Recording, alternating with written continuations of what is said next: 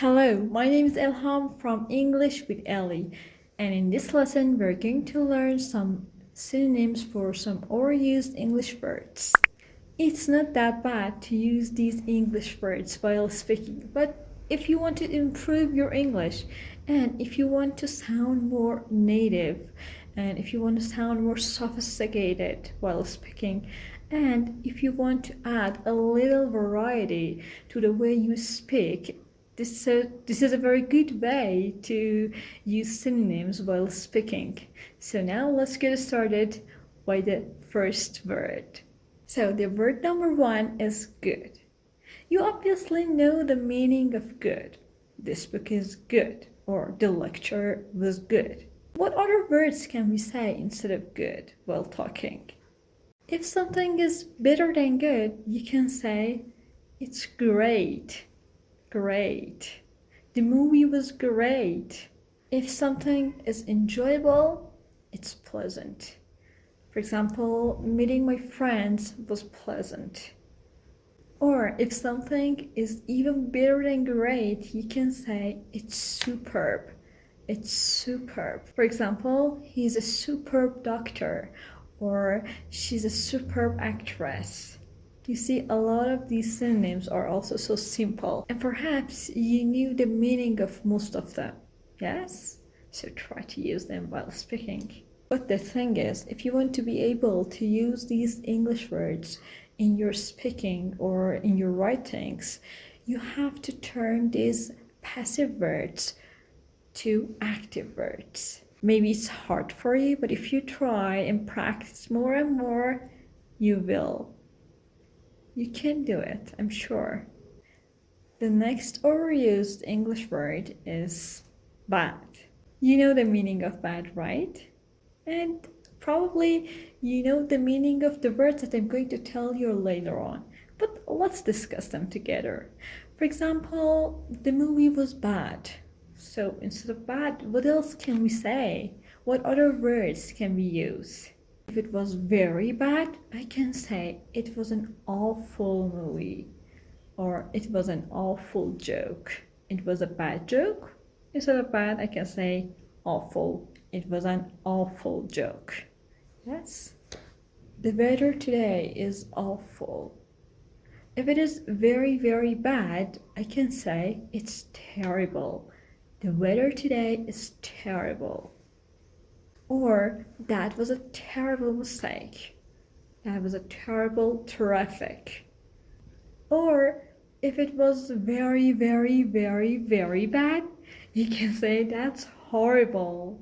That's horrible. It was a horrible experience.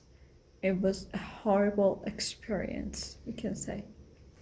So bad, awful, terrible, horrible. You can use these synonyms instead of bad.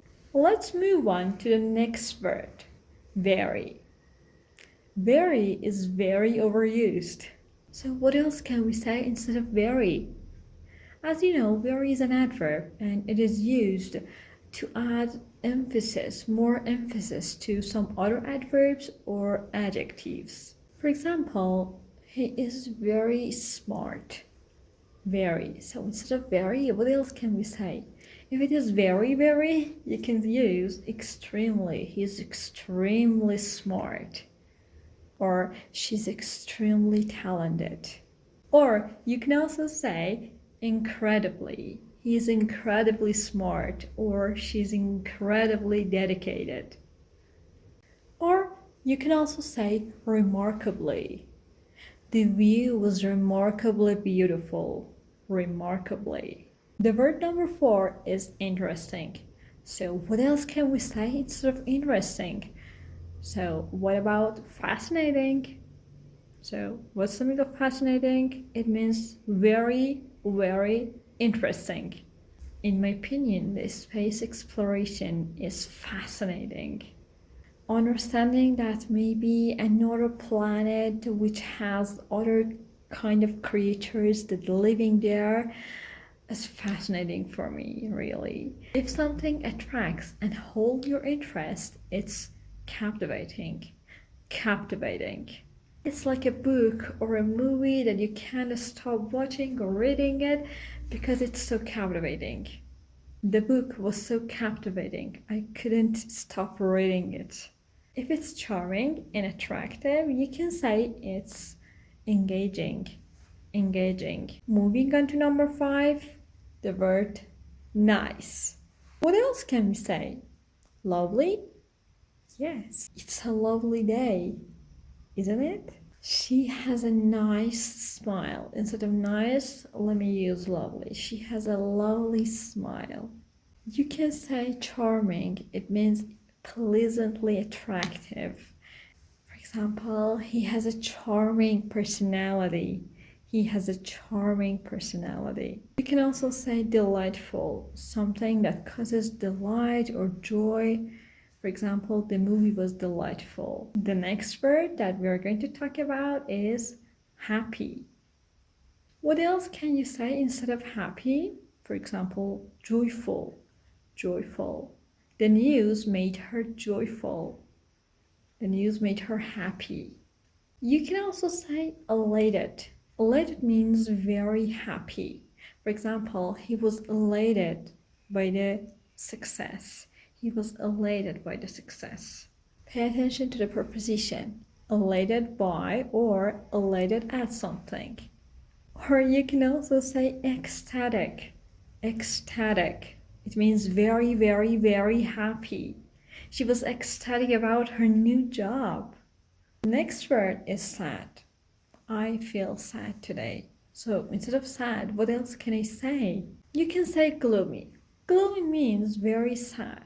For example, he felt gloomy all day. Or you can also say heartbroken. She was heartbroken when she got the news. The next word is big. It's a big house. So what else can we say instead? Huge. Yes, we can say huge.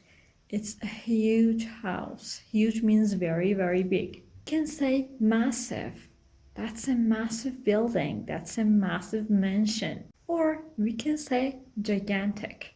Gigantic. They saw a gigantic sheep. So the opposite of big is small. I live in a small apartment. Instead of small, what else can I say? Can we say tiny, which is very, very small? She had a tiny ring. And if you're talking about a person, especially a woman who is thin and small, you can say she is petite. Petite.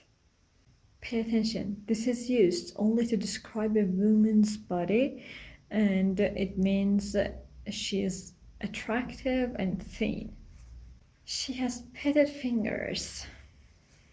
That's it, guys. I hope you have enjoyed this video, and don't forget to give this video a thumbs up, and if you're new to my channel, don't forget to click subscribe. Bye. See you.